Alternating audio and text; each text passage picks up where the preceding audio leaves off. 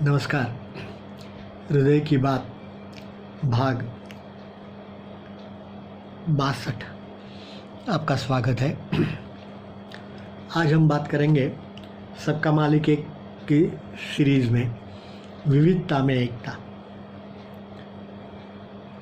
जिस प्रकार अलग अलग रंग की गायों का दूध एक जैसा अर्थात सफ़ेद होता है, उसी प्रकार भिन्न भिन्न प्रकार के रंग, रूप, शरीर, बुद्धि, जात पात आदि के लोग भी एक ही परमात्मा के अंश हैं।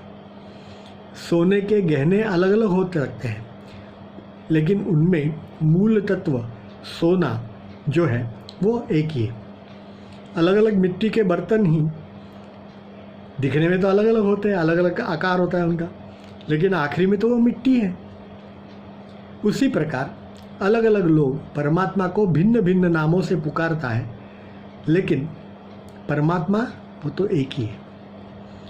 पृथ्वी पर सागर तो एक ही है, परंतु आसपास के देश प्रदेश के कारण सागर का भिन्न भिन्न नामकरण होता है। उदाहरण के लिए अरब सागर, हिंद महासागर, भूमध्य सागर वगैरह वगैरह। मानव का विश्व धर्म भी एक ही है, मात्र रीति रिवाज, कर्मकांड, पूजा पद्धति अलग अलग हो सकती है, और यह सब कुछ तो व्यक्तिगत स्वरूप का होता है। इसलिए तथाकथित काल्पनिक धर्मों को वास्तविक धर्म कहना सही नहीं होगा। इन्हें तो संप्रदाय, कल्ट कहना ही चाहिए। संसार में एक ही सूर्य है जो सभी के लिए है, वैसे ही एक ही परमात्मा है जो सभी के लिए है।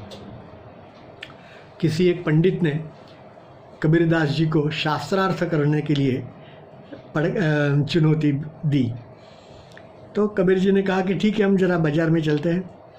जाते जाते रास्ते में उन्होंने चमार के यहाँ पानी पिया, पंडित जी के वहाँ पानी नहीं पिया, पंडित जी ने पानी नहीं पिया। आगे वह दोनों एक कुएं पे गए तो वहाँ देखा तो अलग अलग जाति की पनियारनी पानी भर रही थी।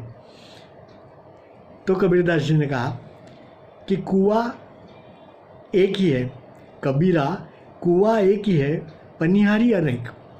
बर्तन सबके न्यारे हैं, पानी सब में एक है। परमात्मा के संबंधी धर्म का कुआं एक ही है, उसमें सभी प्रकार के जो लोग जल निकालते हैं, यानी पनिहारिनी की तरह अलग अलग धर्म, संप्रदाय, वर्ण, जाति के लोग हैं। पानी के